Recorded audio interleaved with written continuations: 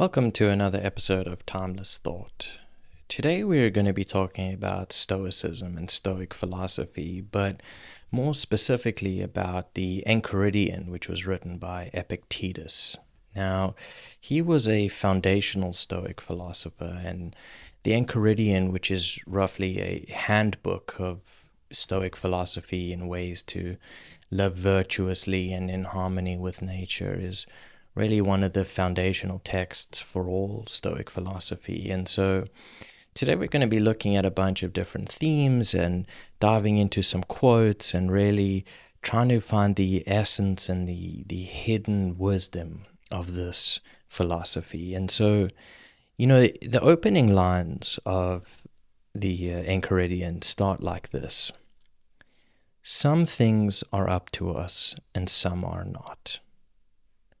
Right. And this is just this fundamental tenet to Stoic philosophy, which is to be able to focus on what you can control in life and not focus on what you can't control. Because ultimately, if we are able to differentiate that which is in our power and that which is not, we won't struggle and suffer to try and figure out how to control things that are actually just beyond our capacity to deal with. And so you might ask, what are these things in our power and what are things that are not in our power? And so he says the things that are in our power or that are up to us are thought, impulse, desire, and aversion. Right? So we have control over our thoughts, or at least our reaction to the thoughts that we have. We have control over our impulses in that we can choose to or not to act on them, not necessarily that we have control over what we have impulses about. And then we can choose what to desire and what to avoid, right? And so those are things which, if we work within that domain, we are much more likely to live harmoniously and be happy because they're things that we can do something about rather than trying to control the uncontrollable. And similarly, that which is not in our power is the body, our possessions, public offices, which is, our job, what people think about us, and our reputation. And that's a really interesting selection of items where, we have some control over our bodily movements and functions, like we can choose to walk and go about places, but we don't have ultimate control over the operations of our body on a microscopic level. There is an intelligence within that controls that is beyond our control. And so to try and control these things, for example, when you are ill, to try and will yourself to health, you're just going to lead to suffering. Now, you might say, okay, well, there are things that I can do to try and make myself healthy, and that's definitely true. But that's, again, focusing on what you can control rather than focusing on what you can't control. And if we're able to let go of this illusion of control, we step into a much deeper harmony with the natural flow of life. And it's not about being passive, right? Again, it's about aligning ourselves with the natural order of things and accepting outcomes without resistance. Now, this leads us to our second very important theme, which is that freedom ultimately lies within. It is not determined by external circumstances. So true freedom is an inner state. It is not an outer set of conditions. And when we're able to master our perceptions and desires, we liberate ourselves from external pressures, social norms or social expectations, and ultimately even emotional turmoil. And that this inner freedom is the lasting fulfillment that so many of us are constantly searching for. And we're searching for it in the wrong place because we're looking outside to the external world to make us feel content and happy and fulfilled, where that true freedom and that true harmony is an inner state. And it's very interesting. He says, "It is better to starve to death without distress than it is to live in affluence with a distressed mind." Right? And so here, it is better to be free and be surrounded externally by less than optimal conditions and even die than it is to live in affluence and be mentally suffering, which I think most people would intuitively agree with, because why, if you're just miserable and suffering, what difference does it make what your external surroundings look like? And similarly, we can actually say, if you're free and at peace with yourself and your mind is quiet and clear and you live virtuously and in harmony with yourself and with nature, then no matter what's going on in your external surroundings, you'll feel good and you'll feel okay, if not good, okay. And so this peace of mind is really one of the tenets of Stoic philosophy of how do we achieve peace of mind. And lots of the ways we do that is, what we're going to get into now, like the illusion of control, the ability to detach or not attach ourselves to things that are temporary and transient, and to live virtuously and at one with ourselves and at one with nature, to recognize the divinity of things, the rational, harmonious, ordered nature of the universe and of life itself, and of our place therein, and our ability to live in accordance with that rather than against it, right? Now, before we get onto attachment, there's also this really profound statement, which is the theme of adversity as a gift, right? And so, why are challenges gifts? Well, he says, every difficulty in life presents us with an opportunity to turn inward and invoke our own submerged inner resources. And so adversity here acts as a mirror, reflecting to us our strengths and weaknesses, and provides us with an opportunity to develop virtue and to align ourselves with our true self, right? With our inner being, or our higher self, if you want to use that kind of terminology. And that actually challenges and difficulty are essential for achieving true growth and self-actualization. And so to be able to reframe challenges in our life as opportunities is a powerful motive, not only in Stoic philosophy, but even in general psychology, of being able to say, what is the opportunity here for me? What strength am I able to harness from within? Because all strength comes from within at the end of the day, to overcome these challenges. And when we do turn inwards and harness our inner power and our inner strength to overcome a challenge, that strength is permanent that we gain, right? We are forever changed and grow in a way that's in accordance with whatever the particular opportunity or challenge in front of us is. And so to prepare ourselves for life's challenges is also virtuous, which he speaks about as well, to say, know what you're getting into, but at the same time, do not determine your happiness or peace of mind on the outcome, because that is not always within your control. Rather, remain at peace no matter what, and in doing so, you live in accordance with nature. And this living in accordance with nature is a theme that's really, found throughout Stoic philosophy. And, one might say it's harmony with the divine order, or it's, being present fundamentally with exactly as reality is in this moment, right? Not resisting the present moment, being able to be here and be fully aligned with it, even if the conditions are not always optimal or what you would want, right? There's a saying that says, don't hope that events turn out the way you want, but hope that they will turn out as the way they should, and you will be content. And so if you say that things happen as they do, and I align myself with that, I do not resist the present moment as it happens, then I will be okay with whatever happens, even if it was not what I thought was going to happen or what I wanted to happen. And so this simplicity really is a profound strength, that it's not just a practical approach, it's a path to spiritual clarity, to be able to say, I'm aligned with nature in this moment.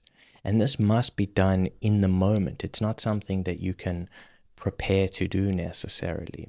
Even if you intend to do it, it must be practiced actively in every moment, that yes, I am aligned with what is. And now you don't have to like it or want it, but you can accept it.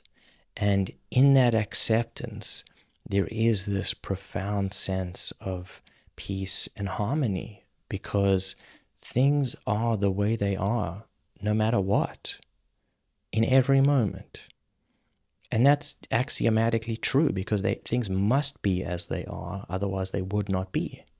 And so we spend so much time wishing things were different from the way that they are, or denying reality as it is in this moment in order to appease some desire that we have, or make our egos feel boosted in some way, that we're not accepting the reality of the present moment, but telling ourselves a story of what is, instead of just saying, well, actually, this is what the case is, and how am I going to deal with it, right? Because it's not that what happens in the present moment is always good necessarily. It's just that it is what it is, and we must start there in order to live harmoniously within ourselves and within nature as a whole. And so this brings us to the next really fundamental theme, which is that you are the architect of meaning, right? You get to decide what things mean to you, right? You might not have the initial control over that, because due to past conditions and previous learnings and how we've grown up and lived throughout our lifetimes, we may automatically attach meaning to things, but we have conscious control to be able to change the way that things mean to us, or what they mean to us. And so what he says is, it's not things in themselves that disturb people, but their judgments about these things. And so reality is actually not shaped by events, but by our perception of the events, our interpretations of them. And that the power of thought here underscores that we are the creators of our experience. For we can choose how to interpret meaning in any given situation as constructive, destructive, good, bad, likable, dislikable. And our ability to reframe our thoughts, which is to change our thoughts, will fundamentally change our experience of that thing. So let me give you an example. Suppose one day you're walking in a field, right? And you step in a puddle, right? And your foot gets wet. Now, initially your reaction might be like, oh no, like this sucks, and it's ruined my whole day, the whole walk's going to suck. And you just ruminate over that, and you're just so mad at the world and at life that you stepped in this puddle, and you feel like you're cursed and that it's bad luck and that God's out to get you. And, why did your day have to be ruined? You were just having a lovely walk in the park. Or you can choose to say, you know what? Okay, I got a bit of a wet foot, and that's fine. It's not what I thought was going to happen. It's not what I wanted to happen, but my foot's wet. Now, let me just walk with a wet foot and look at all of this beautiful nature that's around me, right? I'm not going to let it ruin my day. And that is the power to architect the meaning of events in our lives, is to say, what do I want this to mean to me? And how do I want to experience this reality? And the implications of this are so profound that it's hard to fully even grasp, because we're so accustomed to, by default, attaching various narratives and meanings to stories, especially if we're caught in patterns of negativity where we just see the world through this lens of negativity. And actually, we can take off the glasses if we want and see the world as neutral. Or even differently, we could put on positive glasses and say, you know what, I want to see the good in life. I want to see what's going well. I want to always look on the bright side of things and not deny the reality of hardship, but choose not to let ourselves be controlled and tormented by the meaning of the hardship that we face in life.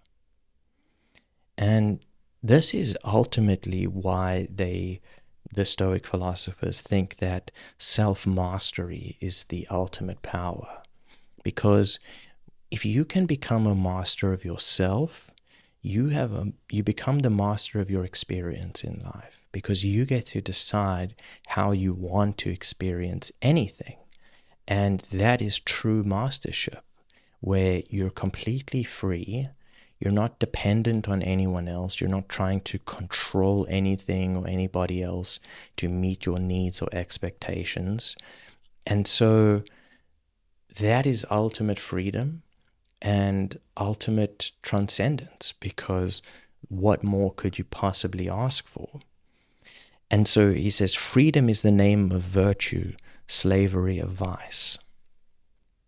And to want what another can offer you is to make them your master, right? Two important points. So freedom is the name of virtue, slavery is that of vice. What does that mean, right?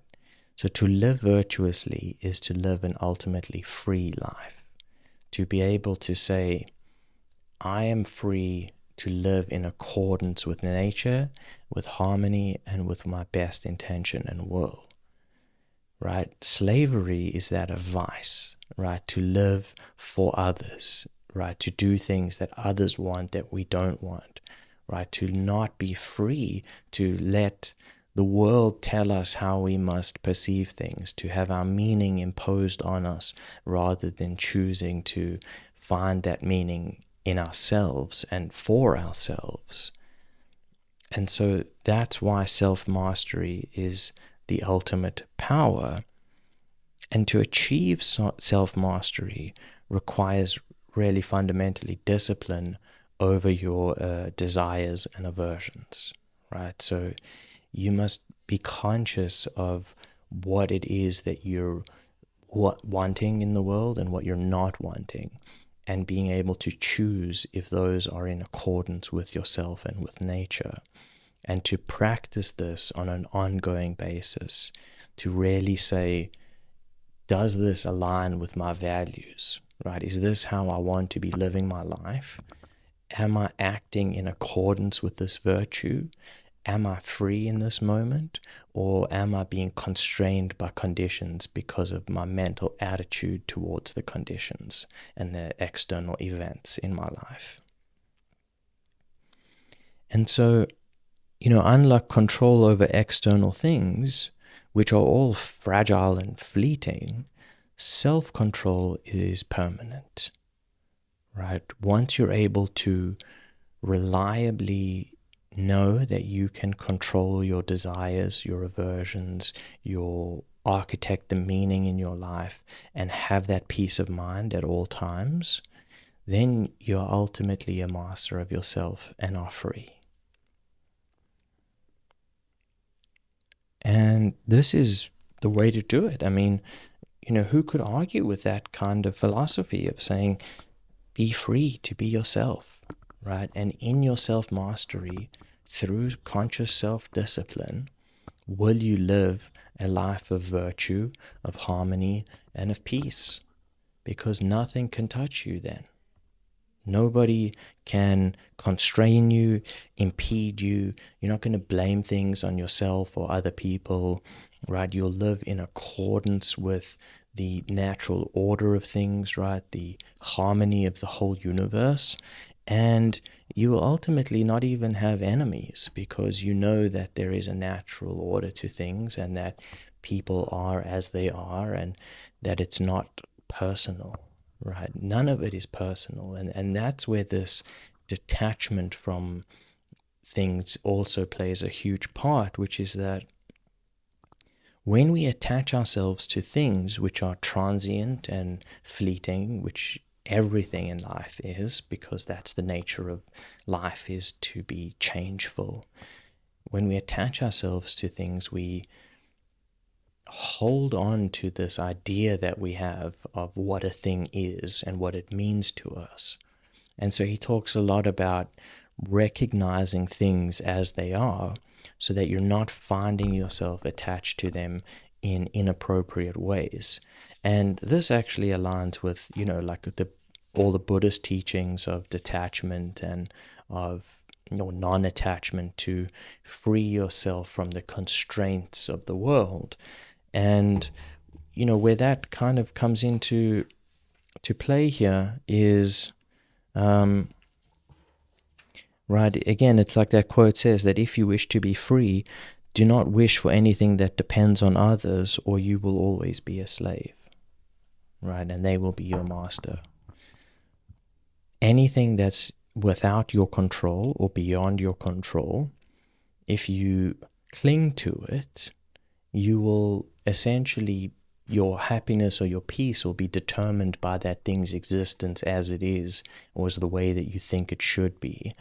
And if it changes, which it probably will, because life's changeful, then all of a sudden it's going to send you spiraling into, emotional turmoil of some sort or another.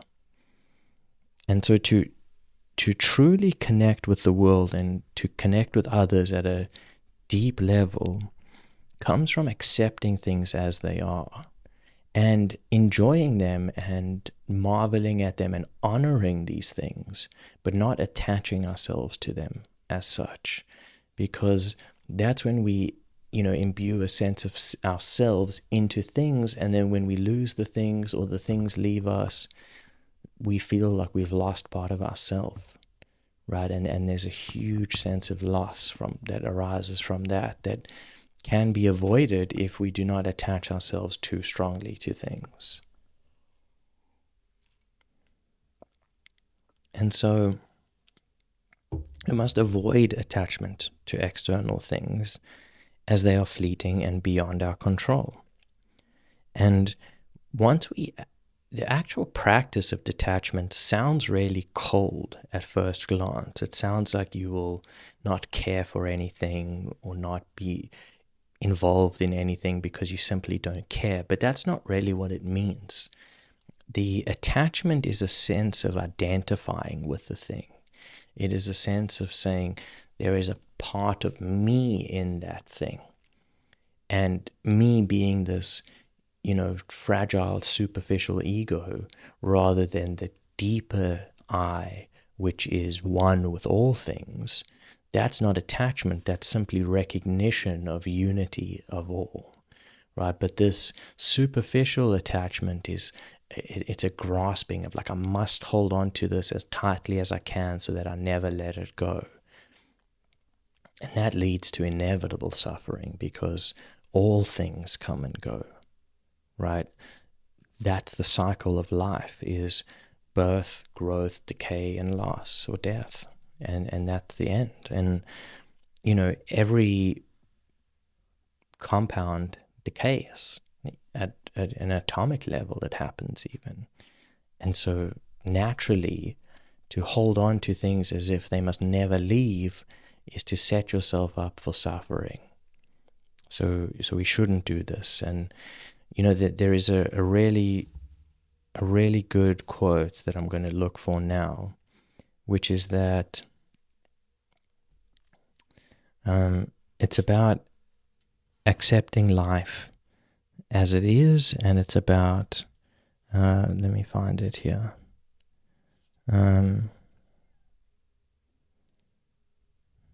So this quote's about loss, right? And it says, never say I've lost it about anything, but rather I've returned it, right? And so this idea is that, we take temporary possession of anything that comes to us in our life, but that doesn't ultimately belong to us. It's just a way that we think about things, right? We don't actually own anything. Nothing really belongs to us. In common society, ownership is an agreement of people that, this is yours and not anyone else's, but you just move into the animal realm or the insect realm and they don't care about ownership. A bird's not going to not come on your property because it's your property, or a raccoon or something like that. And so it's just humans that have this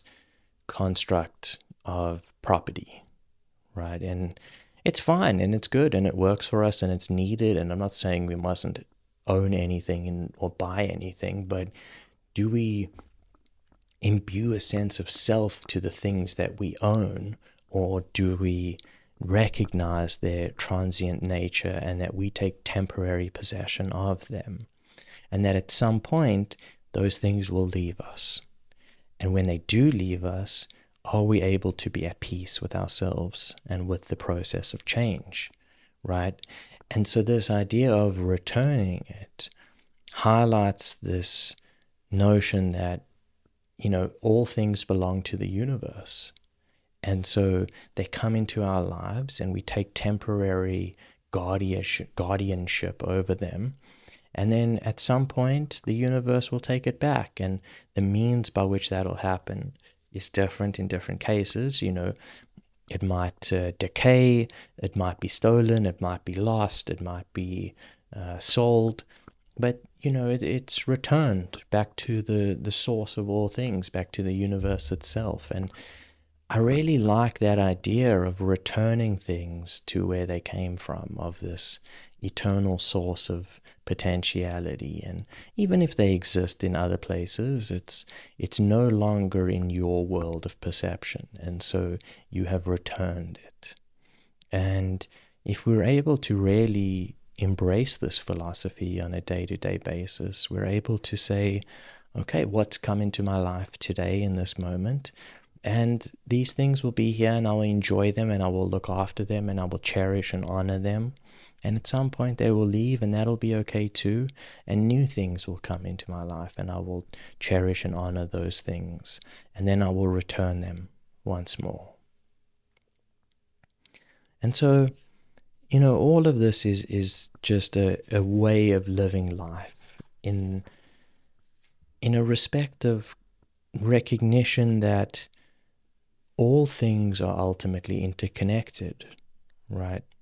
He says every person is a citizen of the universe and should accept whatever happens, right? We are all part of this whole life, and we don't get to control fate, if you want to call it that. But we get to accept or refuse to accept when things happen to us. And so we each have a role to play in this world and in this life, and recognizing that our role is not who we truly are in our essence, that, our soul blossoms deep within us and is ultimately one with everything else in this universe. And that deep recognition also stops the constant battle that we have to prove ourselves as worthy or better or greater or something, some mental construct that we have that we think we should be, where instead we recognize our spirit of self and our ability to say, I am one with everything, and this is just my life situation. Right? In the Enchiridion, they talk about you being an actor in a play. He says, remember that you are an actor in a play that is just as the producer wants it to be. If he wants it short, it's short. If he wants it long, it's long. See that you play your part proficiently. And so it's our job to act the role to the best of our ability, but recognize that fundamentally it is a role and it is not who we essentially are.